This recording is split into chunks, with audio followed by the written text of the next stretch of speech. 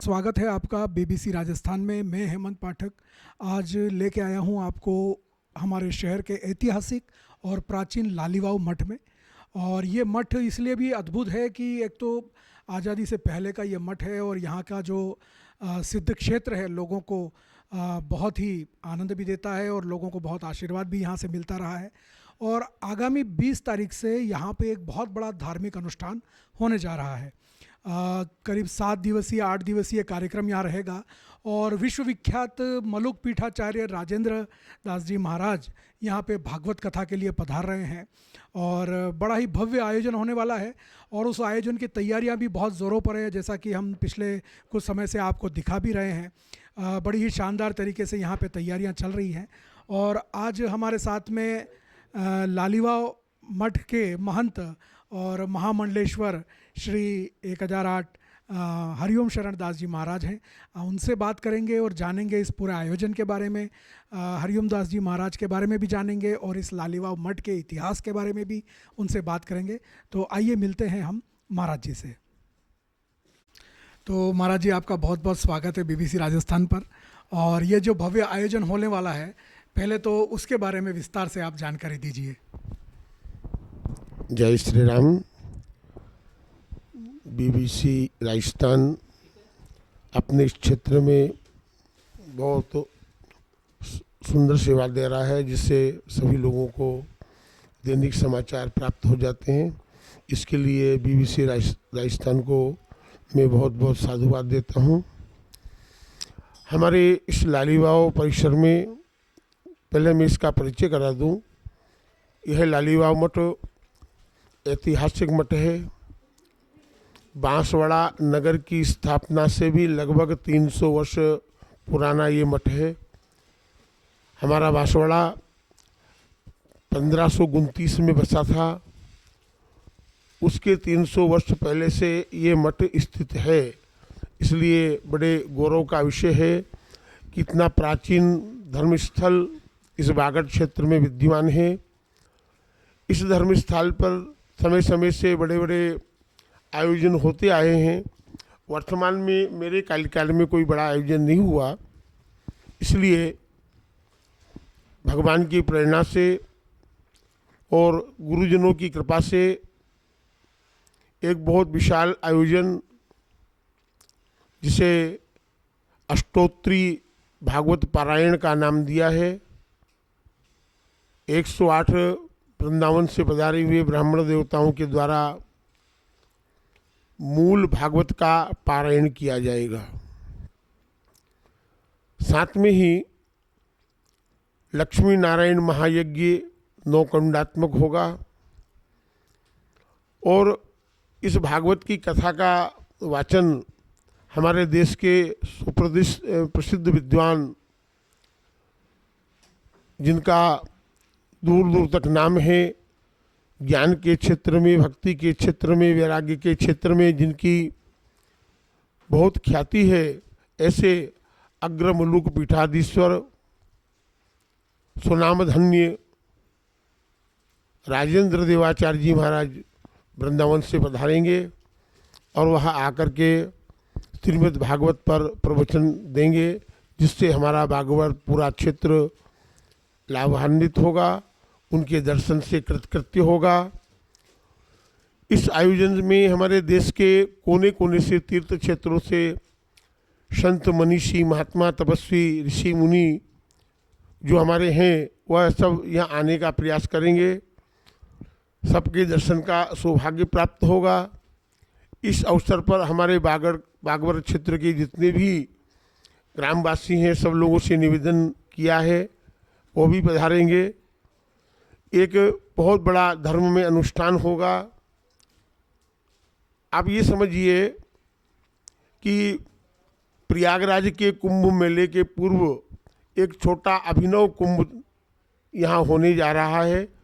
उस कुंभ की पूरी पूरी झलक इस लालीवाव मठ के माध्यम से लोगों तक पहुँचेगी। ये एक विषय अलग है कि लोग भागवत का महत्व क्या है इसको समझ नहीं पा रहे हैं। सामान्य रूप से लोग जैसी कथा कहते हैं, करते हैं, कराते हैं, उसी रूप से मान करके लोगों की मानसिकता चल रही है। लेकिन हमारा ये आयोजन है, ये अनुष्ठानिक रूप से हो रहा है। पूरे धार्मिक क्रियाकलापों का ध्यान रखा जाएगा। प्रत्येक यजमान के माध्यम से जिसने पोथी ली है वह अपने पितरों को भागवत के पुण्य प्रदान करेगा, जिससे उसके पितृ जहाँ भी होंगे, पितृ आदि लोक में या अन्य किसी लोक में, वह आगे की गति को प्राप्त होंगे। कार्यक्रम का जो उद्देश्य है राष्ट्रहित है, राष्ट्र की समृद्धि है, राष्ट्र के लोग सुखी रहें, संपन्न रहें, आनंदित रहें और हम सब आनंद के साथ में जीवन व्यतीत करें, भगवान की शरण में रहते हुए, भगवान का स्मरण करते हुए। यही इस यज्ञ की, इस अनुष्ठान की कामना है। क्योंकि हमारे मनीषियों ने कहा है, सर्वे भवन्तु सुखिना, सर्वे सन्तु निरामया, सर्वे भद्राणि पश्यन्तु। हम किसी का बुरा नहीं सोचते हैं, सभी का भला हो, सभी का कल्याण हो और सभी भगवान की भक्ति के पात्र बने और सभी को भगवान का धाम प्राप्त हो, ऐसा हम लोग उपदेश देते हैं, यही मार्ग दिखाते हैं। परमार्थ के मार्ग पर सब लोग चलें, एक दूसरे का ईर्ष्या नहीं करें, अनहित नहीं करें और आनंद के साथ में लोग रहें। हमारा जो आयोजन है, जो यहाँ पर आएंगे देखेंगे, वास्तव में उनका जीवन धन्य हो जाएगा कि जिस रचना के साथ में, जिस प्रयास के साथ में यहाँ के भक्त लोग लग करके कर रहे हैं। परिश्रम तो उनको बहुत ज़्यादा करना पड़ रहा है, लेकिन प्रतीत तो होता है कि परिश्रम का जो फल है बहुत मधुर होगा, बहुत मीठा होगा और बड़े आनंद के साथ में इस भागवत रसपान का हम सभी लोग आनंद लेंगे। आप सभी लोग अवश्य पधारेंगे, जरूर पधारेंगे और हमारे मध्य पधारने वाले परम पूज्य राजेंद्र देवाचार्य जी महाराज के प्रवचन का आप सब लाभ लेंगे। अन्य संतों के भी दर्शन करके अपने जीवन को धन्य धन्य करेंगे, कृतकृत्य करेंगे। जय श्री राम। जी 20 तारीख को भव्य शोभा यात्रा निकलने वाली है और कहा जा रहा है हाथी, घोड़े और कई तरह के साधु संत इसमें शामिल होंगे। कितनी भव्य होगी ये यात्रा और क्या क्या होगा इसमें शामिल और कैसे, कहाँ से शुरू होगी और कहाँ पहुँचेगी, उसके बारे में थोड़ा। यह शोभा यात्रा देखो भगवान का काम है और भगवान की जैसी योजना होती है, भगवान की जैसी इच्छा होती है वैसा करा लेते हैं। हमारी ओर से कोई ऐसा प्रयास नहीं है कि हम ज़्यादा बड़ा करें, ज़्यादा कुछ करें, लेकिन भगवान का काम भगवान ही कराते हैं। बहुत अच्छी यात्रा बनेगी। इस यात्रा में 1100 कलश होंगे, माताएं कलश लेके चलेंगी, 108 भागवत की पोथियाँ होंगी। इस शोभा यात्रा में एक हाथी होगा, ऊंट होगा, 4 घोड़े होंगे, 5 बग्गियाँ होंगी, 51 ढोल होंगे, 3 बैंड बाजे होंगे और भी अन्य अन्य झांकियाँ और सभी हमारे श्रद्धालु भक्त लोग साथ में होंगे। तो बड़ा भव्य और दिव्य ये रथ यात्रा बन करके और यहाँ पहुँचेगा। इसका प्रारंभ सिद्धेश्वर महादेव मंदिर अपने कुशलबाग से प्रारंभ होगा और ये रघुनाथ जी मंदिर होते हुए पैलेस रोड और वहाँ से आज़ाद चौक आकर के और पुनः लालीबाग मठ की ओर ये आएगा। तो पूरे शहर को इस झांकी को देखने का, दर्शन करने का आनंद मिलेगा। आप सभी लोग इसमें सम्मिलित हों, आनंद लें और हमारे मध्य पधारे हुए संतों का स्वागत करें, भागवत जी का स्वागत करें, यही आप लोगों से निवेदन है। जय श्री राम। तो जैसा कि आप महाराज जी ने बताया कि बड़ी भव्य शोभा यात्रा होने वाली है। बाबा महाकाल की झांकी भी इसमें विशेष आकर्षण का केंद्र रहेगी। जो रतलाम से श्रद्धालु लेके आएंगे, पालकी में बाबा महाकाल विराजित होंगे और साधु संतों के भव्य दर्शन इस शोभा यात्रा में, मतलब आज तक ऐसी भव्य शोभा यात्रा बांसवाड़ा ने नहीं देखी होगी। ऐसी भव्य धार्मिक शोभा यात्रा ये सिद्धेश्वर महादेव मंदिर कुशलबाग से प्रारंभ होगी और विभिन्न मार्गों से होते हुए लालीवाव मठ पहुंचेगी और उसके बाद यहाँ पे प्रवचन होगा और दूसरे दिन से 21 तारीख से यहाँ पे भागवत कथा शुरू होगी और बड़े देश विदेश से भी बड़ी संख्या में लोग यहाँ पहुँचेंगे। तो ये जो सिद्ध स्थान है लालीवाव मठ, इस सिद्ध स्थान को कहा जाता है कि यहाँ पे आपके पूर्ववर्ती गुरुदेव जो थे महंत नारायण दास जी महाराज, उनकी स्मृति में जो ये आयोजन होने जा रहा है सर्वपित्र शांति के लिए। तो नारायण दास जी महाराज ने इस पूरे क्षेत्र में सनातन धर्म और हिंदू धर्म की धर्म ध्वजा को लेकर के और बहुत ही ज़बरदस्त कार्य किए हैं। आज महंत हरिओम शरण दास जी महाराज भी ये कार्य कर रहे हैं। तो महाराज जी, आपका साधु जीवन कब शुरू हुआ, कब वैराग्य हुआ और कैसे आप इस जीवन में आए, उसके बारे में कुछ बताएं।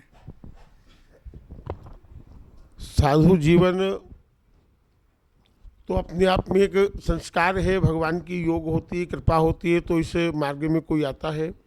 लगभग 45 वर्ष पूर्व मैं इस संत समाज में आया।